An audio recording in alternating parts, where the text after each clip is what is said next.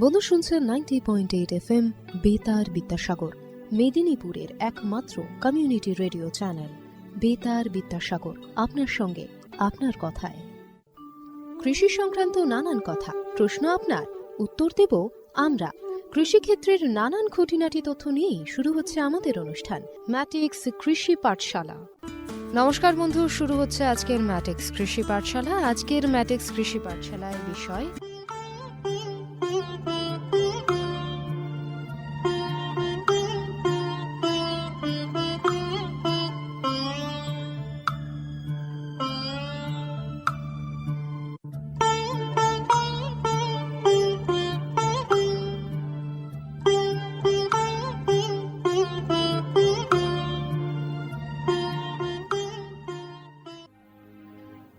কৃষিপ্রধান দেশ ভারতবর্ষ, তাই কৃষিক্ষেত্রে উন্নতির কথা মাথায় রেখে কৃষক বন্ধুর পাশে দেশের প্রধানমন্ত্রী শ্রী নরেন্দ্র মোদী। সূচনা হলো কৃষকদের জন্য বিশেষ যোজনা PM প্রণাম। জৈবিক সারের ব্যবহার থেকে কৃষকদের বিশেষ প্যাকেজ প্রদান, সবই এই যোজনার অন্তর্গত। PM প্রণাম প্রধানমন্ত্রী কর্তৃক কৃষক বন্ধুর জন্য বিশেষ যোজনা।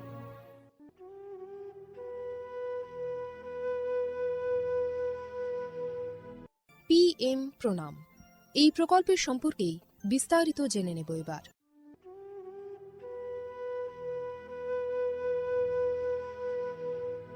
অর্থনৈতিক বিষয় সংক্রান্ত মন্ত্রিসভা কমিটি অর্থাৎ CCEA 28 জুন 2023 তারিখে অনুষ্ঠিত একটি বৈঠকে PM প্রণাম প্রকল্পটি অনুমোদন করেছে। PM প্রণাম শব্দটি আমাদের মাতৃভূমির পুনরুদ্ধার, সচেতনতা সৃষ্টি, লালন পালন ও উন্নতির জন্য একটি PM প্রোগ্রামকে বোঝায়। আমাদের নিজের মায়ের মতো মাতৃভূমি অর্থাৎ মাদার আর্থের যত্ন নেওয়া এবং তাকে সুস্থ রাখার প্রতি এটি একটি অনন্য পদক্ষেপ। এভাবেই মাতৃভূমি এর বিনিময়ে আমাদের অনেক কিছুই ফিরিয়ে দেবেন। গ্রাম পর্যায় থেকে শুরু করে আমাদের সম্মিলিত প্রচেষ্টার মাধ্যমেই এটি সম্ভব। PM প্রণামের প্রাথমিক লক্ষ্য হল একটি গুরুত্বপূর্ণ সমস্যার সমাধান করা, আর সেই সমস্যা হল কৃষিতে রাসায়নিক সার এবং কীটনাশকের অত্যধিক ব্যবহার। অধিক উৎপাদনের আকাঙ্ক্ষায় অতিমাত্রায় সার ও কীটনাশকের ব্যবহার হচ্ছে, যার ফলে এই মাটির ক্ষতি হচ্ছে এবং উৎপাদন ক্ষমতা কমে যাচ্ছে। মাটির পুষ্টি নিরাপত্তার জন্য কৃষিতে জৈব এবং প্রাকৃতিক সার একীভূত করে মাটির পরীক্ষাভিত্তিক সারের সুষম ব্যবহার পদ্ধতি করা প্রয়োজন। এছাড়াও জৈব এবং প্রাকৃতিক কৃষি পদ্ধতি, সম্পদ সংরক্ষণের কৌশল যেমন সমন্বিত চাষ পদ্ধতি, ক্ষুদ্র সেচ, মালচিং, নো-টিলাজ, ফসলের ঘূর্ণনের মতো পদ্ধতিও কৃষিক্ষেত্রে গ্রহণ করা উচিত। এই পদ্ধতি মাটির উর্বরতা বাড়াবে, পরিবেশ দূষণ হ্রাস করবে এবং দীর্ঘমেয়াদী কৃষি উৎপাদনশীলতা বাড়াবে।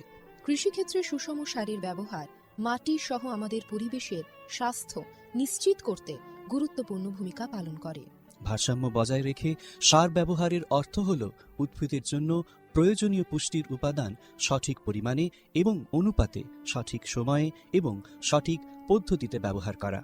সংশ্লিষ্ট রাজ্য বিশ্ববিদ্যালয়গুলি ইতিমধ্যে তাদের এলাকার ফসলের প্রয়োজন অনুসারে এই ডোজগুলি নির্ধারণ করেছে। সুপারিশকৃত ডোজ অনুযায়ী সার ব্যবহার করলে ফসলের ফলন ও গুণগত মান বৃদ্ধি পাবে। সুস্পষ্ট মাটিতে জন্মানো ফল, শাকসবজি এবং শস্য প্রায়শই প্রয়োজনীয় পুষ্টিগুণে সমৃদ্ধ এবং স্বাদ ভালো হয়। ভালো ফসলের জন্য এবং গুণমান আমাদের কৃষকদের জন্য উচ্চ লাভের দিকে পরিচালিত করে। এটা শুধু আরও বেশি পরিমাণ ফসল ফলানোর জন্য নয়, বরং ফসলের মানকেও উন্নত করার জন্য একটি বড় পদক্ষেপ। এটি একটি জয়ের কৌশল যা আমাদের কৃষকদের, আমাদের পরিবেশ এবং শেষ পর্যন্ত আমাদের সকলকে উপকৃত করে। সঠিক জ্ঞানের সঙ্গে পুষ্টির ব্যবহার করলে আমরা যে শুধু ফলনই বাড়াতে পারব তা নয়, বরং আমাদের জমি ভবিষ্যৎ প্রজন্মের জন্য যাতে উর্বর থাকে তাও নিশ্চিত করতে পারব। সুতরাং আসুন একটি উজ্জ্বল এবং আরও টেকসই কৃষি ভবিষ্যতের জন্য সুষম সার ব্যবহারের প্রচার এবং অনুশীলন চালিয়ে যাই। বিকশিত ভারত সংকল্প যাত্রা, বিকশিত ভারত সংকল্প যাত্রা। আসুন এই প্রকল্পের বিষয়ে এবার জেনে নেওয়া যাক। এই প্রকল্পের মূল উপাদানগুলির মধ্যে একটি হল PM প্রণাম প্রকল্প এবং কৃষিতে VBSY এর একটি আকর্ষণীয় বিষয় এই যে এর মাধ্যমে বিভিন্ন ফসল এবং গাছপালাগুলিতে এবং জলে দ্রবণশীল সার স্প্রে করার পদ্ধতি প্রদর্শনের জন্য ব্যাপক পরিমাণ ব্যবহার করা। এই উদ্যোগের ফলে 29টি রাজ্য বা কেন্দ্রশাসিত অঞ্চল জুড়ে বিভিন্ন জেলায় হাজার হাজার প্রদর্শিত হয়েছে। এই ব্যবহারিক পন্থা কার্যকরভাবে আধুনিক কৃষি প্রযুক্তি গ্রহণের সুবিধার কথা বলেছে। নাগরিকদের মধ্যে টেকসই কৃষির অনুশীলন সম্পর্কে আরও তথ্য প্রচার করাই এই প্রকল্পের উদ্দেশ্য। উল্লেখ্য, এই প্রোগ্রামটি একটি অপ্রতিরোধ্য সাড়া পেয়েছে এবং লক্ষ লক্ষ দর্শক ড্রোন প্রদর্শনীর সাক্ষী দেখেছে। কৃষকরা বিশেষ করে প্রচলিত ইউরিয়ার তুলনায় ন্যানো ইউরিয়ার উপকারিতা বুঝে ন্যানো সার প্রয়োগে গভীর আগ্রহ দেখিয়েছেন। এই ইভেন্টগুলির সময় আলোচনার আর কথোপকথনের মাধ্যমে করা অনুশীলনগুলি যথেষ্ট কার্যকরী হয়েছে, যা কৃষকদের মধ্যে ক্রমবর্ধমান সচেতনতা এবং আগ্রহ প্রদর্শন করেছে। প্রধানমন্ত্রী কৃষি সমৃদ্ধি কেন্দ্রগুলি VBSY প্রোগ্রামগুলিকে সমর্থন করার জন্য সক্রিয় ভূমিকা পালন করেছে, যার ফলে এই উদ্যোগের সহযোগিতামূলক প্রকৃতির উপর জোরও দেওয়া হয়েছে। বিকশিত ভারত সংকল্প যাত্রা শুধু একটি যাত্রা নয়, এটি ভারতীয় কৃষির জন্য একটি টেকসই এবং প্রযুক্তিগতভাবে উন্নত ভবিষ্যতের দিকে একটি রূপান্তরমূলক পদক্ষেপ।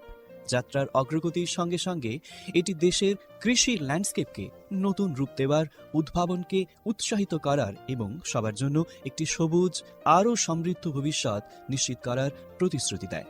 পদ্ধতির প্রচারের মাধ্যমে এটি শুধুমাত্র সচেতনতাই তৈরি করছে না, বরং কৃষকদের আরও সমৃদ্ধ এবং পরিবেশ বান্ধব ভবিষ্যতের জন্য উদ্ভাবন গ্রহণ করতে অনুপ্রাণিত করছে। আমরা যেমন এই কৃষি বিপ্লবকে উৎসাহিত হতে দেখি, এটা স্পষ্ট যে বিকশিত ভারত সংকল্প যাত্রা একটি উন্নত এবং টেকসই ভারতের জন্য বীজ বপন করছে এবং এগিয়ে নিয়ে যাচ্ছে।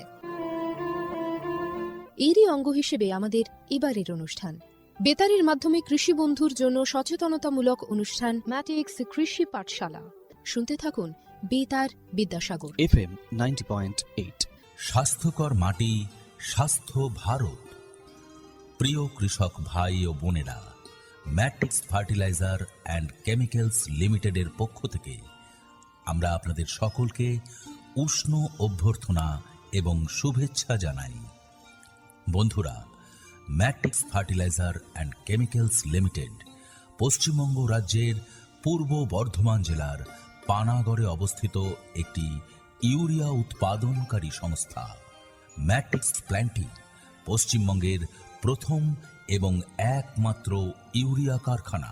আপনারা সবাই জেনে খুশি হবেন যে মাটি পরীক্ষার জন্য কোম্পানি কর্তৃক একটি ভ্রাম্যমাণ মৃত্তিকা পরীক্ষাগার স্থাপন করা হয়েছে, যা সমগ্র বাংলায় তার পরিষেবা প্রদান করে।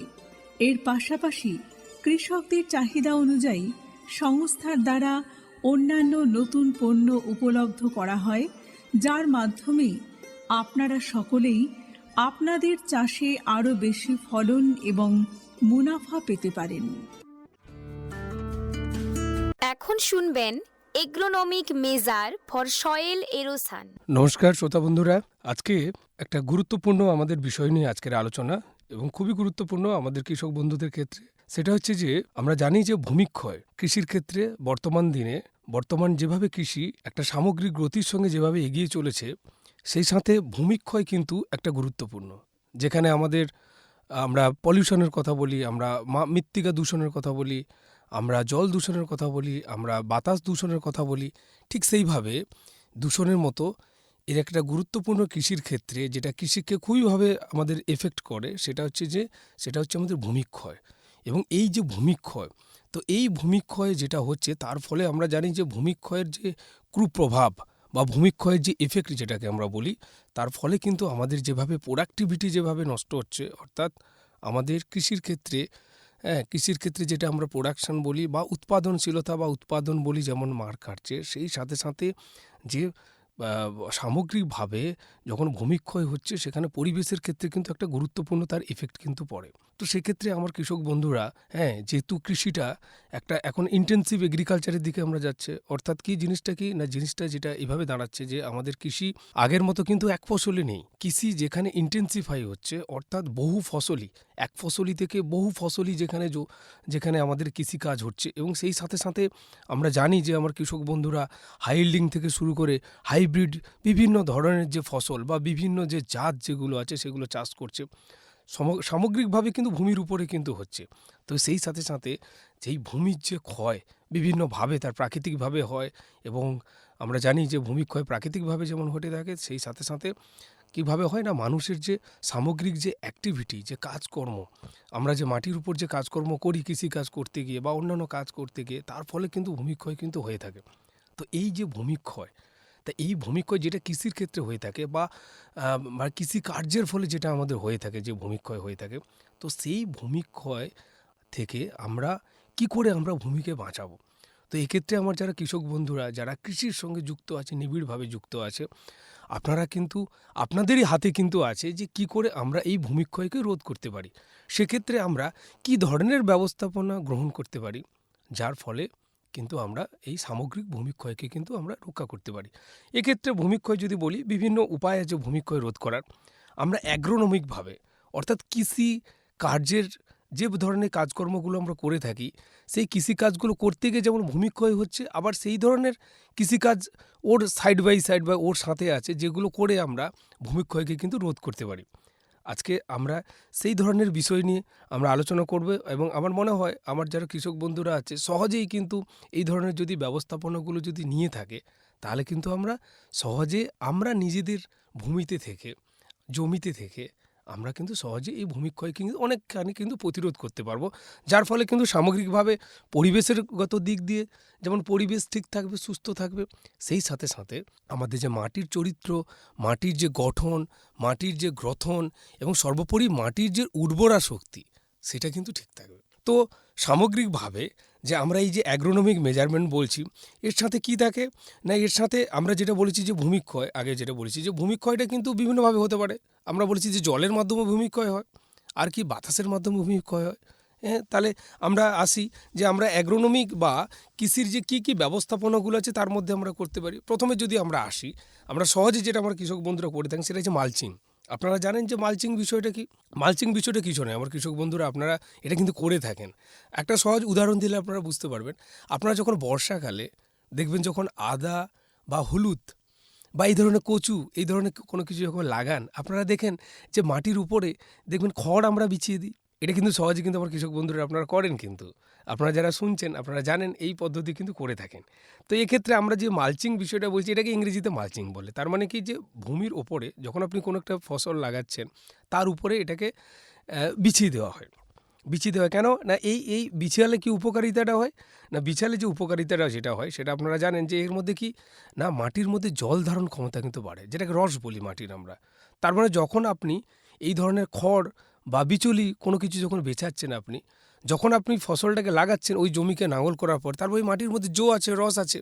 তার মানে ওই বীজ বা কোনো কিছু কন্দ যখন লাগাচ্ছেন, বিশেষ করে আমরা কন্দ চারা যখন লাগাই, চারার উপরে কিন্তু আমরা ওইভাবে খড় ঢাকা দিই না।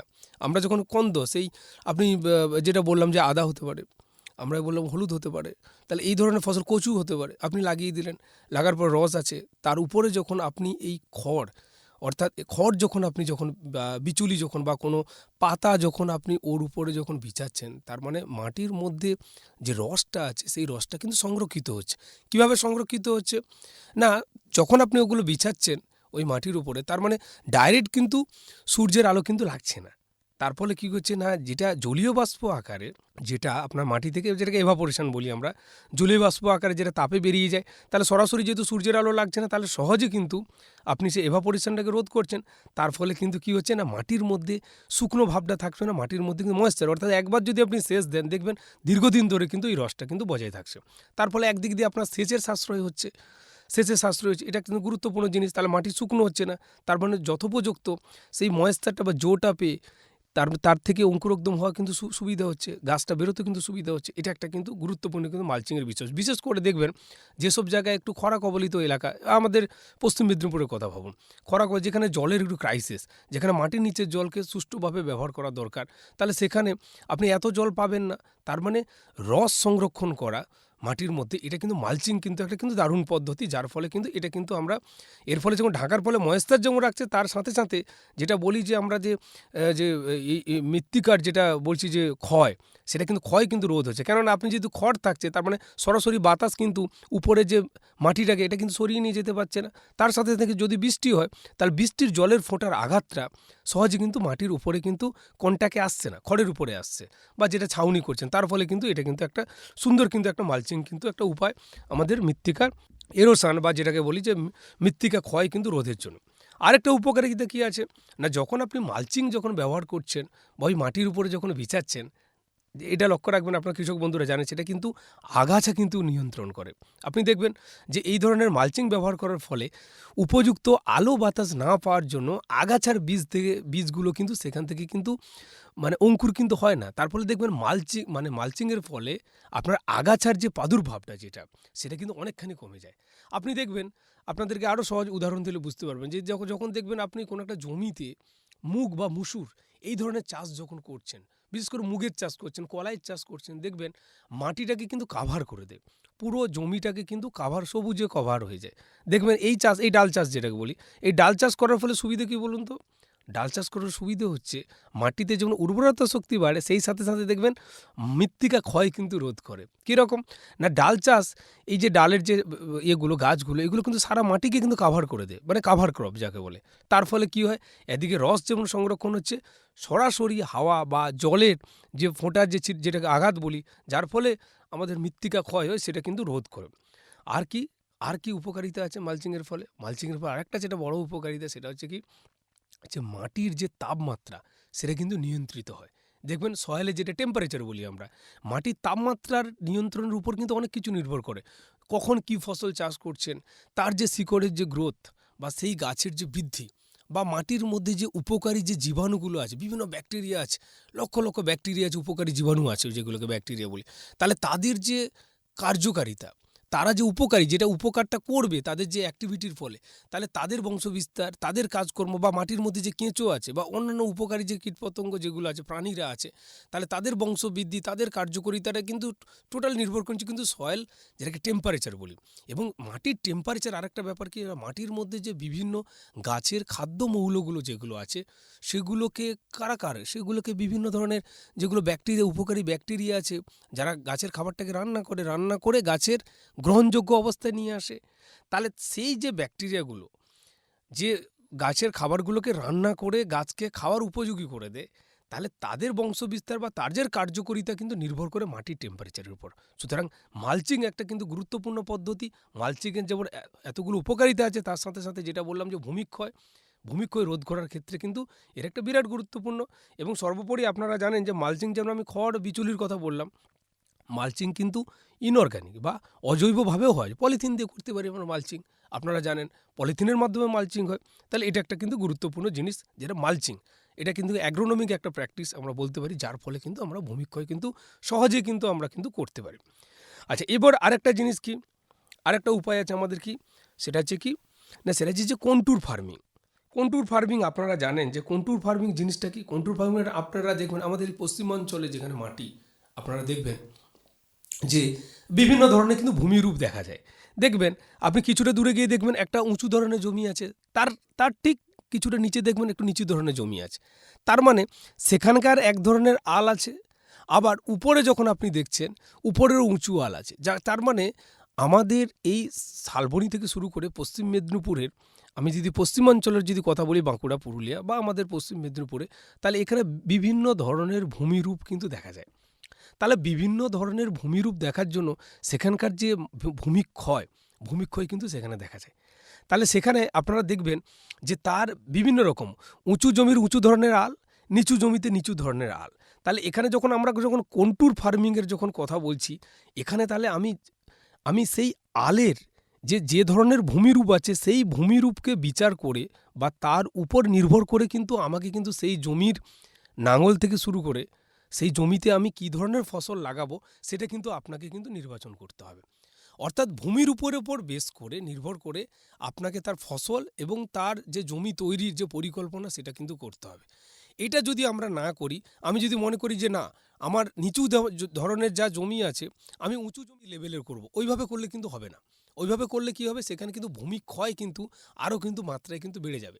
সুতরাং ন্যাচারালি বা প্রাকৃতিকভাবে যেভাবে ভূমিরূপ গঠন আছে বা যে ধরনের আমার জমি ভূমিরূপটা যেভাবে আছে তার উপর নির্ভর করে, তার আল বা তার যে বাঁধগুলো নির্ভর করে, সেইগুলোকে আপনাকে বিবেচনা করে কিন্তু আপনাকে তার জমি তৈরি, যেটা বললাম যে নাঙলটা আমি কিভাবে করব, তার সাথে সাথে কি ধরনের ফসল আমি লাগাবো।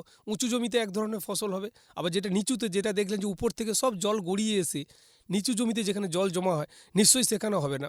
আপনি আমাদের দেখবেন এই ব্লকগুলোতে পশ্চিম মেদিনীপুরে, যে মেদিনীপুর সদরের দেখবেন চাঁদরা থেকে শুরু করে আপনি যখন শালবনির সংলগ্ন ওই দিকে যাবেন, দেখবেন আপনি একটা মৌজাতে লক্ষ্য করবেন, দেখবেন বিভিন্ন ধরনের একটু উঁচু ধরনের জমি আছে, মধ্যম জমি আছে, আবার নিচু আছে। তার মানে উঁচু জমি থেকে জলটা গড়িয়ে মধ্যম জমিতে আসবে, তারপরে গড়িয়ে একবারে নিচু জমিতে যাবে। সুতরাং উঁচু জমিতে যদি আপনি আলুর চাষ করেন, নিশ্চয়ই নিচু জমিতে আলু চাষ করবেন, যেমন বোরো ধানের চাষ করবে, কেন ওখানে কিন্তু জলটা বেশিরভাগ সময়ে মাটি ভেজা ভেজা থাকে, ওখানে কিন্তু আলু চাষ কিন্তু করাটা সুবিধা হবে। সুতরাং আমার কৃষক বন্ধুরা যারা আপনারা এই ধরনের এলাকাতে বসবাস করেন, আপনারা যারা এই ভূমিরূপের সঙ্গে খুবই পরিচিত, আপনারা কিন্তু করে থাকেন, আপনারা এই ধরনের চাষবাস করে আসছেন এবং করে থাকেন, তাহলে এক্ষেত্রে যদি আমরা এই বিজ্ঞানসম্মত উপায়ে যদি এই ধরনের তার জমির প্রস্তুতি বা যদি আমরা যদি শস্যের নির্বাচনটা যদি আমরা ঠিকঠাক যদি করে থাকি, তাহলে কিন্তু আমরা ভূমিরূপ কিন্তু মানে ভূমিক্ষয় কিন্তু আমরা কিন্তু এখানে কিন্তু আটকে দিতে পারবো। এর ফলে সুবিধাটা কী হয়, এই যেটা বললাম যে না আমি সব ধরনের জমিকে একই লেভেলের করব, এটা কিন্তু করা যাবে না। যে ধরনের ভূমিরূপ আছে সেই ধরনের করতে হবে। তাহলে মধ্যে উপকারিতাটা কী আছে আমার কন্ট্রোল ফার্মিং করলে? এক উপকারিতা হচ্ছে, প্রথম কথা হচ্ছে যে আমি মৃত্তিকা ক্ষয়কে আমি আটকাতে পারবো। তাহলে মৃত্তিকা ক্ষয় আটকাতে মানে উপরের জমি থেকে যে মৃত্তিকাটা গড়িয়ে মধ্যম জমিতে আসবে সেখানে কিন্তু আটকে যাবে। মধ্যম জমিতে যদি কিছুটা মৃত্তিকা যদি জলের মাধ্যমে যদি গড়িয়ে বা বাতাসের মাধ্যমে গড়িয়ে যদি নিচু ধরনের যে জমিতে আছে সেখানে যায়, সেখানেও আটকে যাবে। তাহলে এক্ষেত্রে কিন্তু ভূমিক্ষয়টা কিন্তু বেশি মাত্রায় কিন্তু হবে না, আটকে যাবে। আরেকটা কি আছে এখানে, যখনই এই ভূমিক্ষয়টা আমি বলেছি যে বাতাসের মাধ্যমে যেমন হয়, জলের মাধ্যমে ভূমিক্ষয় হয়, বৃষ্টির জলের মাধ্যমে, জোরে জোরে জোরে জোরে বৃষ্টির জলের মাধ্যমে। আপনারা জানেন বর্ষার সময় যখন অত্যাধিক বর্ষা হয়, আপনারা লক্ষ্য করবেন যেমন যেমন জমির উপরের মাটিগুলো বা আমাদের বাড়ির আশেপাশে যখন বৃষ্টির সময় আমরা উঠানে যখন দেখি, দেখুন ধুয়ে মাটিগুলো যেমন চলে যাচ্ছে, ধুয়ে ধুয়ে দেখুন ছোটো ছোটো নালার মতো তৈরি হয়েছে, ছোট্ট ধরনের নালার মতো তৈরি হয়েছে, ধুয়ে একদিক থেকে আরেকদিকে জলের মাধ্যমে গড়িয়ে যাচ্ছে। তাহলে যখন আমি এই কন্ট্যুর ফার্মিং যখন আমি করছি, তাহলে তাতে আমার উপকারিতা কী আছে না, উঁচু জমি থেকে যে জলটা গড়িয়ে মধ্যম জমিতে নামবে, সেখানে কিন্তু জলটা কিন্তু আলের মাধ্যমে কিন্তু আটকাবে অনেকখানি। তাহলে যখনই আটকাবে, তাহলে কী হবে না, ওই যে জলটা, যেটা বৃষ্টির জলটা গড়িয়ে যাচ্ছে, ওই জলটা কিন্তু যখনই আটকাবে, কিছুটা সময় ওখানে আটকাচ্ছে, তার ফলে ওই জলটা ইনফিল্টারেশন হচ্ছে। মানে কি, মানে হচ্ছে জলটা মাটির নিচের কণার মাধ্যমে গড়িয়ে কিন্তু মাটির নিচে চলে যাচ্ছে, অর্থাৎ গ্রাউন্ড ওয়াটার কিন্তু রিচার্জ হচ্ছে। তার মানে এই ভূমিক্ষয় যেটা রোধ, এই ভূমিক্ষয় রোধ আপনি করতে গিয়ে তাতে কি দেখা গেল যে আপনি কিন্তু গ্রাউন্ড ওয়াটার রিচার্জ করছেন, অর্থাৎ বৃষ্টির জলটা যেটা রান অফ হয়ে ধুয়ে একবারে মুছে বেরিয়ে যাচ্ছে, এই পদ্ধতিতে কিন্তু বেরোচ্ছে না, সব জল কিন্তু বেরিয়ে যাচ্ছে না, জলটা অনেকটা রিটেনশান হচ্ছে বিভিন্ন ভূমি পর্যায়ে, এবং সেক্ষেত্রে জলটাকে রিটেনশান বা ধরে থাকার কারণে কিছুক্ষণ ধরে, তাহলে ওই জলটা কিন্তু মাটির নিচে চুঁইয়ে গিয়ে মাটির নিচে গ্রাউন্ড ওয়াটারকে রিচার্জ করছে, যার ফলে কী হচ্ছে, যার ফলে আমাদের গ্রাউন্ড ওয়াটারটা লেভেলটা কিন্তু উপরে বাড়ছে। পরবর্তীতে এই গ্রাউন্ড ওয়াটারটাকে বা মাটির নিচে ভূগর্ভস্থ যেটাকে আমরা জল বলি, এই জলটা যখন এখন আপনারা রবি সিজন বা এই যে শীতের মরশুমে, এখন তো আর বৃষ্টি খুব বেশি হয় না, তাহলে এক্ষেত্রে আমরা কি করি না, ওই গ্রাউন্ড ওয়াটারটাকে আমরা মাটির নিচ থেকে তুলে আমরা সেচের কাজে ব্যবহার করা হয়, এবং শুধুমাত্র সেচের কাজে নয়, আমাদের পানীয় জলের কাজে ব্যবহার করা হয়, সেটা আপনারা সবাই জানেন। এবং তার সাথে সাথে কি হচ্ছে, উপকারিতা কী হচ্ছে না, আমাদের যে মানে শস্যের যে ফলন সেটা কিন্তু বৃদ্ধি করছে। অর্থাৎ যেমন আপনি জলটা যেমন আমরা মাটির নিচে যেমন আমাদের ইমপ্রুভ হচ্ছে, মানে জলটা যেমন ময়েশ্চারটা যেমন কনজারভেশন করছে, আমরা সংরক্ষণ করছি, সেই সাথে সাথে ভূমিক্ষয়টা কম হওয়ার জন্য তাহলে নিউট্রিয়েন্ট লসটা কমে যাচ্ছে। কেন আমরা জানি যে গাছের যে খাবার সেটা তো মাটির উপরের স্তরে থাকে, তাহলে মাটির উপরের স্তরটা কিন্তু ফাইন, কিন্তু সূক্ষ্ম কণা কিন্তু আমরা জানি। কেন সেক্ষেত্রে আমরা জানি যে এই যে মাটি যে তৈরি হয় এটা ন্যাচারাল একটা কিন্তু প্রাকৃতিক সম্পদ। কিন্তু মাটি যেমন একটা প্রাকৃতিক সম্পদ, সেই সাথে সাথে এই জল কিন্তু একটা বিরাট কিন্তু প্রাকৃতিক সম্পদ। তাহলে এই প্রাকৃতিক সম্পদ মাটির ওপর কিন্তু কৃষিকাজ। তাহলে এই মাটির উপরে দেখবেন, মাটির উপরে বেশি না, আপনি উপর থেকে নিচে আপ টু 14 থেকে 16 সেন্টিমিটার পর্যন্ত দেখবেন এরই মধ্যে কিন্তু গাছের কিন্তু খাবারগুলো, যেগুলো আমরা ফিল্ড ক্রপ চাষ করি বা জমিতে যেগুলো ফসল চাষ করি, তার যে খাবারের যে মানে মানে কি বলা যায়, যে খাবারের যে যাদের যতটুকুনি দরকার হয় সেই খাবারগুলো কিন্তু এই উপরের স্তরে কিন্তু থাকে। তাহলে সেক্ষেত্রে উপরের স্তরে থাকার জন্য কি হচ্ছে না, যখনই কোনো বৃষ্টি হচ্ছে, প্রচুর বৃষ্টিপাত এই ধরনের যখন হচ্ছে, প্রাকৃতিক যখন কোনো কারণ হচ্ছে, সেই কারণে কি হচ্ছে না, এই বৃষ্টিপাতের কারণে যে মাটির যে কণাগুলো সেগুলো কি ধুয়ে ধুয়ে চলে যায়। তাহলে মাটির কণা যদি ধুয়ে যায়, তাহলে ওই মাটির মধ্যে যে গাছের খাবারগুলো আছে, বিশেষ করে নাইট্রোজেন, ফসফরাস বা পটাশিয়াম, এগুলো কিন্তু গাছের কিন্তু বেশি পরিমাণ কিন্তু লাগে। তাহলে এইগুলো কিন্তু ধুয়ে কিন্তু চলে যায়। সুতরাং এইগুলো যদি চলে যায়, তাহলে এগুলোকে কি বলা হয়, যে গাছের খাবারের লস, যেটাকে নিউট্রিয়েন্ট লস বলা হয়। তাহলে এগুলো যদি চলে যায়, তাহলে মাটির উর্বরতা শক্তি কমে যাবে। তাহলে এক্ষেত্রে যদি আমি কন্ট্যুর ফার্মিং যেটা বললাম, এক্ষেত্রে যদি আমি ব্যবহার করি, তাহলে এক্ষেত্রে যেমন আমি জলটাকে আটকাচ্ছি, জলটাকে আটকানো মানে তার মানে ভূমিটাও আটকে যাচ্ছে, ভূমি ক্ষয়টাও আটকাচ্ছে। আর ভূমি ক্ষয় আটকানো মানে তার মানে মাটির যে উর্বরতা শক্তি বা মাটির যে মাটির মধ্যে যে গাছের যে প্রয়োজনীয় যে খাবার কণাগুলো আছে সেগুলো কিন্তু আটকে যাচ্ছে। তাহলে আলটিমেট আটকানোর ফলে কি হচ্ছে না, আমার মাটির যে উর্বরতা শক্তি, যেটাকে বলে সয়েল ফার্টিলিটি, আপনারা জানেন, তো সেই সয়েল ফার্টিলিটি কিন্তু বজায় থাকছে, সঠিক বজায় থাকছে। তাহলে সয়েল ফার্টিলিটি যদি বজায় থাকে, তার মানে আমি যে ধরনের ফসল আমার জমির চরিত্র অনুযায়ী, মাটির গঠন অনুযায়ী আমি চাষ করি না কেন, তাহলে সেক্ষেত্রে আমার ফসলের কোনো হেরফের হবে না। আমার প্রোডাক্টিভিটি যেটাকে বলে উৎপাদনশীলতা বলা হয়, সেই উৎপাদনশীলতার কিন্তু কোনো কিন্তু কম বেশি কিন্তু বা হেরফের হবে না। সেক্ষেত্রে আমার কৃষক বন্ধুরা কিন্তু সহজে কিন্তু তার লাভজনক বা সহজে কিন্তু সেই ফসল কিন্তু ফলাতে পারবে। আরেকটা ব্যাপার কি আছে, আমরা অ্যাগ্রোনমিক প্র্যাকটিসের মধ্যে যেটা বলি সেটা হচ্ছে যে স্ট্রিপ ক্রপিং। আপনারা জানবেন যে স্ট্রিপ ক্রপিংটা জিনিসটা কি, এটা যে অল্টারনেট ক্রপিং। আপনাদেরকে একটা সহজ উদাহরণ দিলে আপনারা বুঝতে পারবেন, যেটা আমি এই পশ্চিমাঞ্চলের ভূমিরূপের কথাটা বলছিলাম, যে কোনোটা উঁচু জমি, কোনোটা মধ্যম জমি, কোনোটা নিচু জমি। এই স্ট্রিপ ক্রপিংয়ের একটা সহজ উদাহরণ হচ্ছে, আপনারা অনেকেই দেখে থাকবেন আমার কৃষক বন্ধুরা, আপনারা দার্জিলিং যদি যান বা ডুয়ার্সে যদি যান, দেখবেন চায়ের বাগান দেখতে পাবেন। চায়ের বাগানে দেখবেন ওখানে ধাপ চাষ বলা হয়। এই স্ট্রিপ ক্রপিংটাকে এক কথায় বাংলায় বলে ধাপ চাষ। দেখবেন পাহাড়ি এলাকায়, মাউন্টেন বা হিলি এরিয়াতে দেখবেন ধাপ চাষ দেখা যায়, ধাপে ধাপে, যেন মনে হচ্ছে স্টেপ ফার্মিং বলা এক প্রকার। আপনি দেখবেন ত্রিপুরাতে যাবেন, ওইদিকে আসামের ওইদিকে যাবেন, বা নর্থ ইস্টার্নের যে রাজ্যগুলোতে আছে আমাদের উত্তর পূর্ব যে রাজ্যগুলো আছে আমাদের ভারতবর্ষের, সেই রাজ্যগুলোতে হয়ে থাকে। এবং আমাদের রাজ্যে সর্বোপরি আমরা যদি দেখি, পুরুলিয়ার দিকে যদি যান আপনি, বাঘমুন্ডি থেকে অযোধ্যা পাহাড়ের দিকে, অযোধ্যা হিলের দিকে যাবেন, এই ধরনের স্ট্রিপ ক্রপিং বা ধাপ চাষ বা স্টেপ ক্রপিং এই ধরনের দেখতে পাবেন। অর্থাৎ কি, পাহাড়ের ধাপ কেটে কেটে কিন্তু করা আছে। যেভাবে রাস্তা তৈরি হয়েছে ধাপ কেটে কেটে, ঠিক ধাপ কেটে করে। এর মধ্যে সুবিধাটা কী আছে না, ধাপ কাটার ফলে পাহাড়ি অঞ্চলে যখন বৃষ্টিপাত যখন হয়, প্রচুর বৃষ্টিপাত হয়, পাহাড়ে ধাক্কা লেগে আমরা জানি প্রচুর বৃষ্টিপাত হয়। সেই বৃষ্টিপাত যখন হয়, তখন কিন্তু ওই বৃষ্টির জল যেভাবে গড়িয়ে আসে, তাতে কিন্তু এই ধাপ যদি চাষ যদি না করা হয় বা স্টেপ যদি না করা হয়, তাহলে ওই জল যখন গড়িয়ে যাবে, তার সাথে সাথে কী হবে না, ভূমিক্ষয় কিন্তু প্রচুর পরিমাণে পাহাড়ি এলাকায় হয়। আপনারা জানেন যে অনেক সময় আমরা খবরে দেখি না, যে শিলিগুড়ি বা থেকে গ্যাংটং যাওয়ার পথে ভূমিধ্বস বা ল্যান্ডস্লাইড এত পরিমাণ হয়েছে, যার ফলে থেকে গাড়ি ঘোড়া বন্ধ, পর্যটকরা আটকে গেছে, তাদের উদ্ধার কার্য চলছে। তো এই ধাপ চাষ করার ফলে কি হয়, এই ধরনের ল্যান্ডস্লাইডের ভয় থেকে যায়। ল্যান্ডস্লাইড মানে কি, বড় বড় পাথর খুলে গিয়ে রাস্তার উপর পড়ে যাচ্ছে। তাহলে ল্যান্ডস্লাইড যেমন আটকানো যায়, তার সাথে সাথে ধাপ চাষের ফলে কি হচ্ছে, যে গতিতে বর্ষার জলটা গড়িয়ে গিয়ে আপনাকে ভূমিক্ষয় ঘটাচ্ছে বা জলটাকে ধরে রাখতে পারছে না। পাহাড়ি এলাকায় জলের একটা সংকট আমরা জানি, এবং পাহাড়ি এলাকায় পাথুরে কাঁকুড়ে মাটি ওখানে বেশিরভাগ দেখা যায়। তাহলে ধাপ চাষ করার ফলে কি হয়, পাহাড়ের জলটা প্রথম ধাপে এসে সেখানে আটকালো কিছুটা, তাহলে সেখানে আটকানোর ফলে সেখানে চাষবাস করা সম্ভব হচ্ছে, ফসল হচ্ছে, বা চা থেকে শুরু করে অন্যান্য ফসল, ভুট্টা চাষ, পাহাড়ি এলাকায় কমলালেবু চাষ আছে, পাহাড়ি এলাকায় আপনারা জানেন আপনাদের কার্ডামম যেটাকে বলে এলাচের চাষ আছে, সিঙ্কোনার চাষ হচ্ছে, মেডিসিনাল প্ল্যান্টের চাষ হচ্ছে।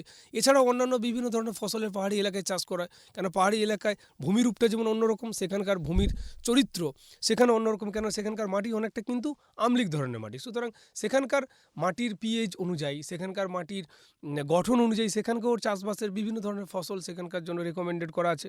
মূলত সেখানে চাটা বেশিরভাগ হয়ে থাকে ধাপ চাষ অনুযায়ী। এবং প্রথম ধাপে যখন আটকালো, প্রথম ধাপ থেকে বাকি জলটা যখন গড়ালো, কিছুটা গড়িয়ে গিয়ে সেকেন্ড ধাপে, তার মানে জলের স্পিডটাকে কিন্তু কমানো গেছে। তাহলে জলের স্পিড যখন কমাচ্ছে, তার মানে ভূমিক্ষয় কিন্তু কমে যাচ্ছে। তার মানে প্রথম ধাপ থেকে জলের স্পিডটা বা জলের গতিবেগটা কম থাকার জন্য তার সঙ্গে যেটুকু মাটি বা ধুয়ে আসছে বা নিউট্রিয়েন্টসগুলো বা মাটির গাছের খাবারগুলো যেগুলো ধুয়ে আসছে, সেগুলো পরের ধাপে যাচ্ছে, পরের ধাপে আটকাচ্ছে, তার পরের ধাপে আটকাচ্ছে। এইভাবে কি হচ্ছে না, জলের যে গতিবেগটাকে সেখানে কিন্তু কমানো যাচ্ছে স্ট্রিপ ক্রপিংয়ের মাধ্যমে বা স্টেপ ক্রপিংয়ের মাধ্যমে। আটকানোর ফলে কি হচ্ছে, একদিকে যেমন ভূমিক্ষয় কম হচ্ছে, তার সাথে সাথে নিউট্রিয়েন্ট যেটাকে লস বলা হয় সেটা যেমন কমছে, তার সাথে সাথে মাটির জল ধারণ ক্ষমতা বাড়ছে। তারপরে দেখবেন পাহাড়ি এলাকায় আনারসের চাষ করা হচ্ছে। আপনারা যদি ত্রিপুরার দিকে যান, দেখবেন স্টেপ ক্রপিং করে ওখানে কিন্তু আনারসের চাষ করা হচ্ছে। হ্যাঁ, আর দার্জিলিংয়ে তো আমাদের তো বুঝতে পারছেন যে চায়ের ওখানে করা হয়। সুতরাং আমাদের কৃষকদের মধ্যে মানে আমরা যে অ্যাগ্রোনমিক প্র্যাকটিসটা বললাম, যার ফলে কিন্তু এই যে পদ্ধতিগুলো বললাম, এই পদ্ধতিগুলোকে সহজেই যদি আমরা অনুসরণ করি, তাহলে কিন্তু ভূমিক্ষয়টা কিন্তু অনেকাংশ কমাতে পারবো। এবং আমার মনে হয় আমার কৃষক বন্ধুরা এই পদ্ধতিগুলো আপনারা অনুসরণ করেন, এবং আরেকটু যদি বিজ্ঞানসম্মতভাবে আমরা করি, তাহলে সহজে কিন্তু ভূমিক্ষয় যেমন কমাতে পারবো, আমাদের যে প্রোডাক্টিভিটি বা যে সাস্টেনেবল যে এগ্রিকালচার যেটাকে বলি, যে ফসল ফলানোর, সেটা কিন্তু আমরা কন্টিনিউ করতে পারবো।